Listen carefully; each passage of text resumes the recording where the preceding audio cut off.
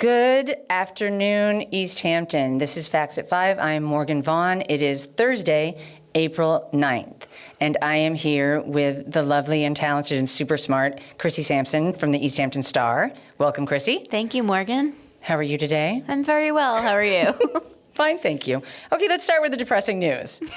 Okay, so, I'm half joking, but I'm not. Okay, so we're going to start with unemployment. So federally, another 6.6 million people filed for unemployment benefits last week.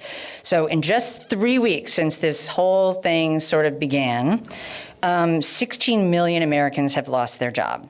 So this is an enormous strain, obviously, on all of us, and everybody is very worried about this. What is happening locally? So in Suffolk County this week, Steve Ballone, he's our county executive, he reported that in Suffolk County alone, about 5,000 people have been laid off.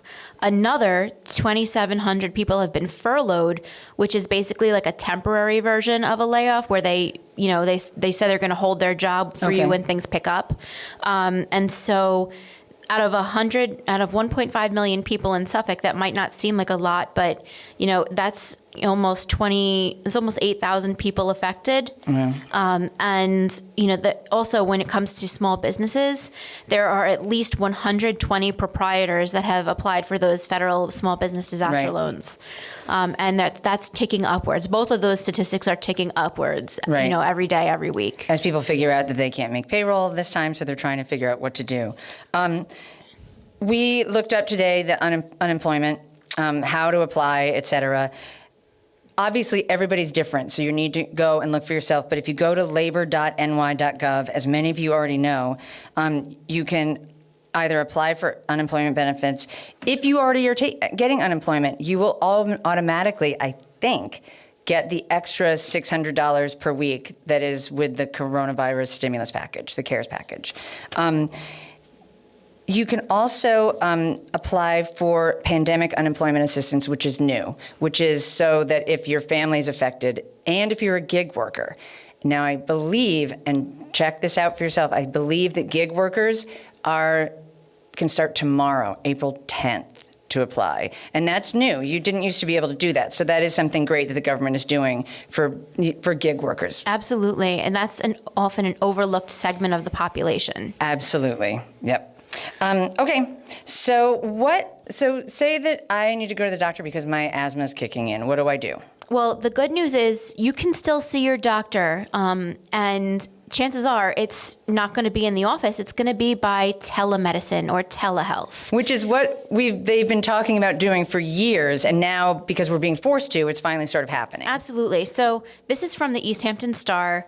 Telehealth and telemedicine is not a system born in the last few weeks, but one that the healthcare industry has ramped up now in response to COVID-19.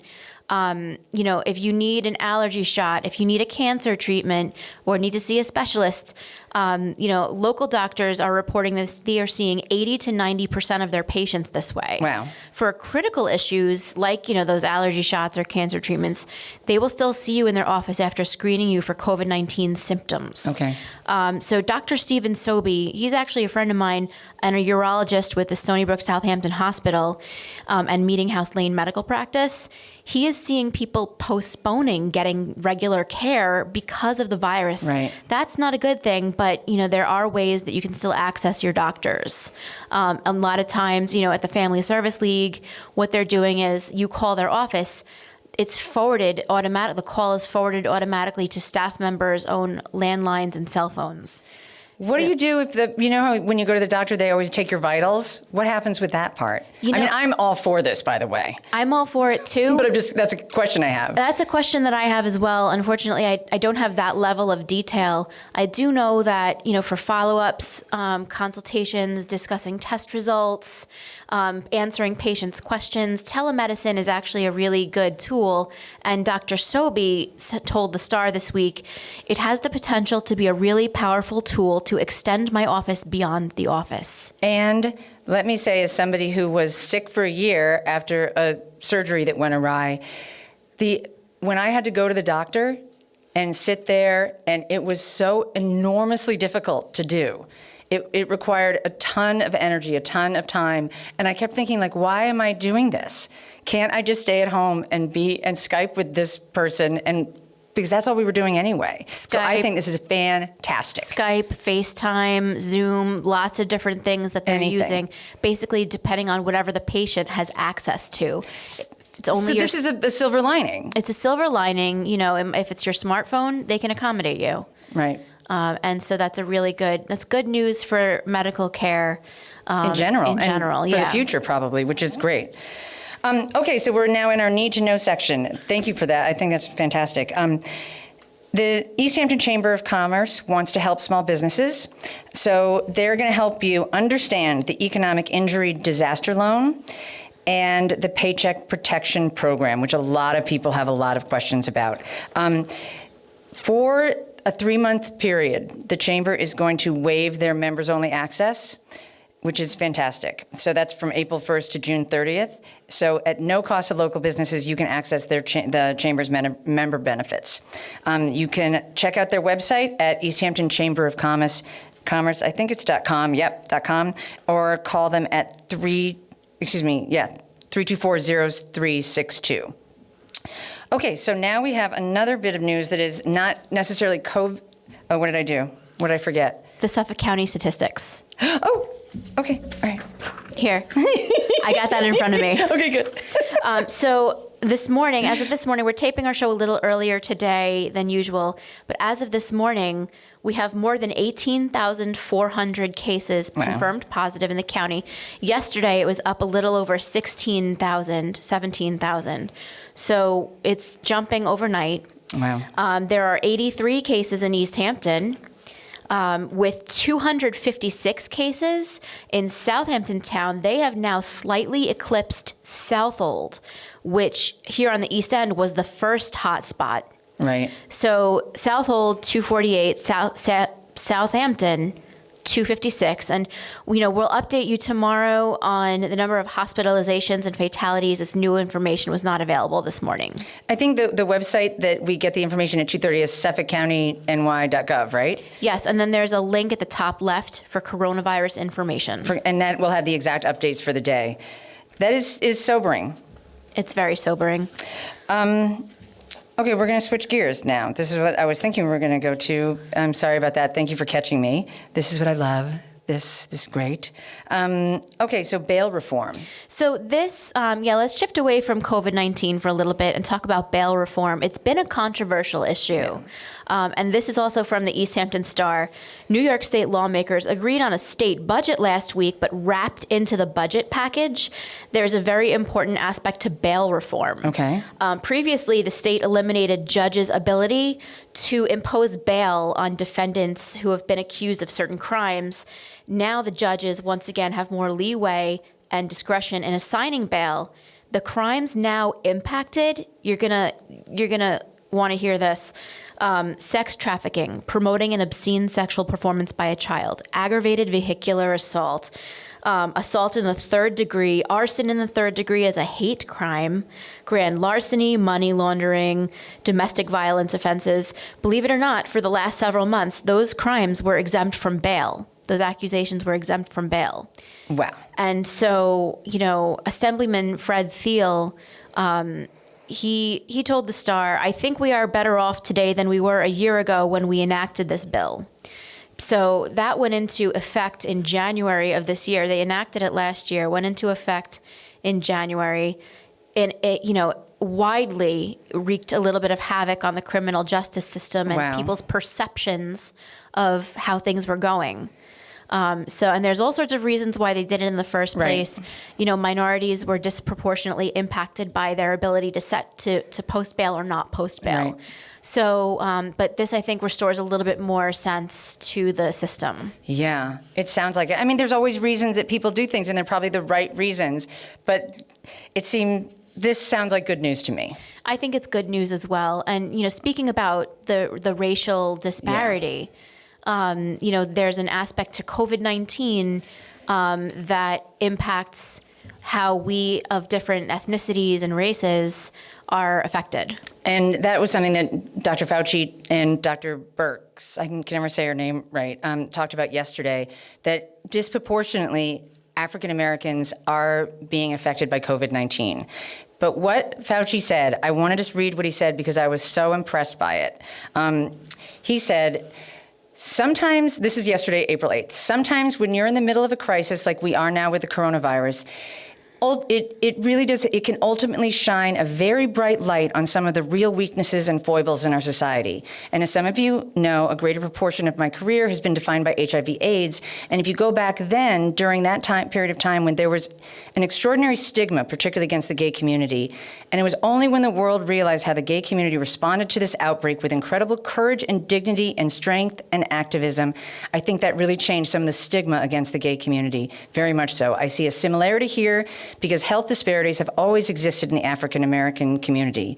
Here again with this crisis, how it's shining a bright light on how unacceptable this is, yet again, when you have a situation like the coronavirus. African Americans, they are suffering disproportionately. And as Dr. Birx said earlier correctly, it's not that they are getting infected more often, it's that when they do get infected, their underlying medical conditions, the diabetes, the hypertension, the obesity, the asthma, those are the kind of things that wind them up in the ICU and ultimately give them a higher death rate.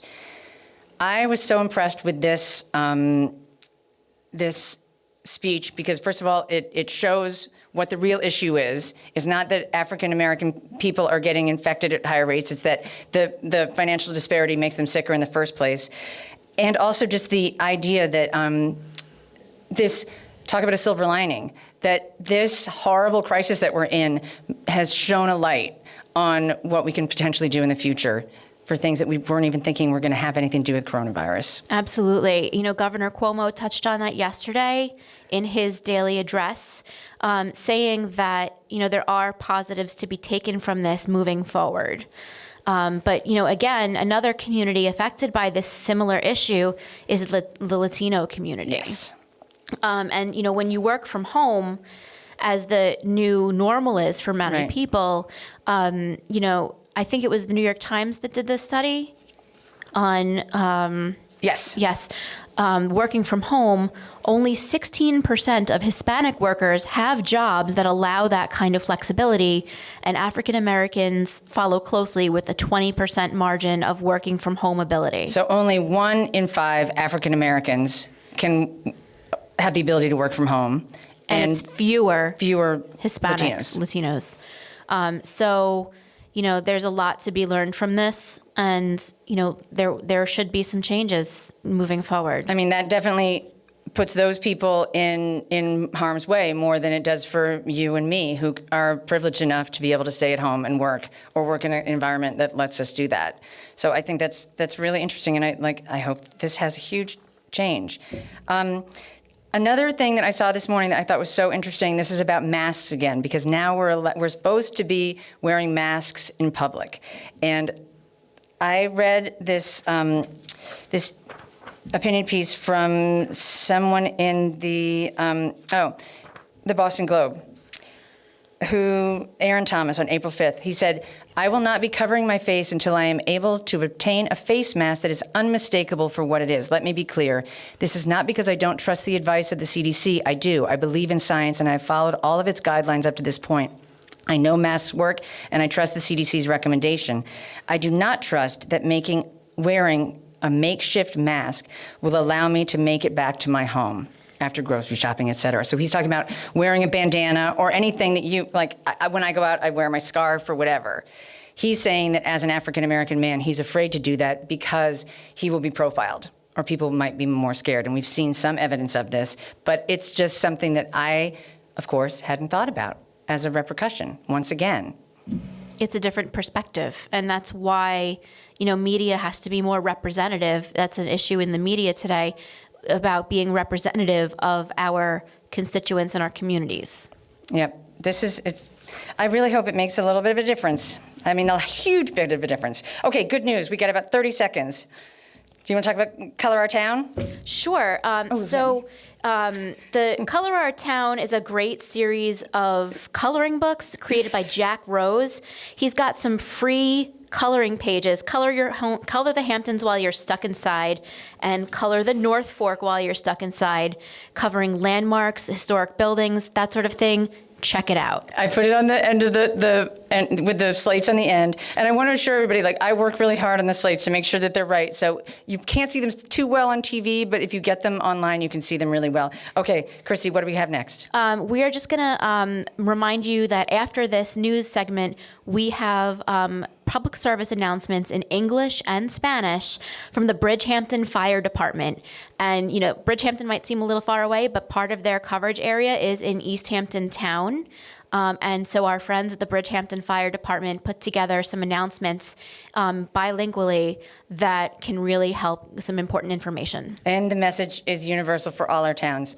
All right, thank you so much, Chrissy. All right, everyone, stay home, stay safe. Hello, everybody.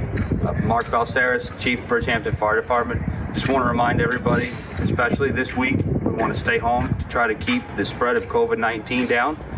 Make sure we're staying diligent, washing our hands, and practicing social distancing as best we can. If you have to go out to the grocery store, use all the proper precautions, and if not, you don't have to be anywhere. Stay home with your family and stay safe. Buenas tardes, en nombre del Departamento de Bomberos de Bridgehampton les pedimos a todos estar en casa. El gobernador Cuomo ha ordenado en todo el estado de Nueva York una pausa hasta el 29 de abril. Les pedimos a todos estar en casa y si por algún motivo necesitamos salir, tomemos por favor las precauciones del caso, como lavarnos las manos y mantener distancia de las demás personas. Es tiempo de estar unidos y de cuidar de las personas que están a nuestro alrededor. Muchas gracias.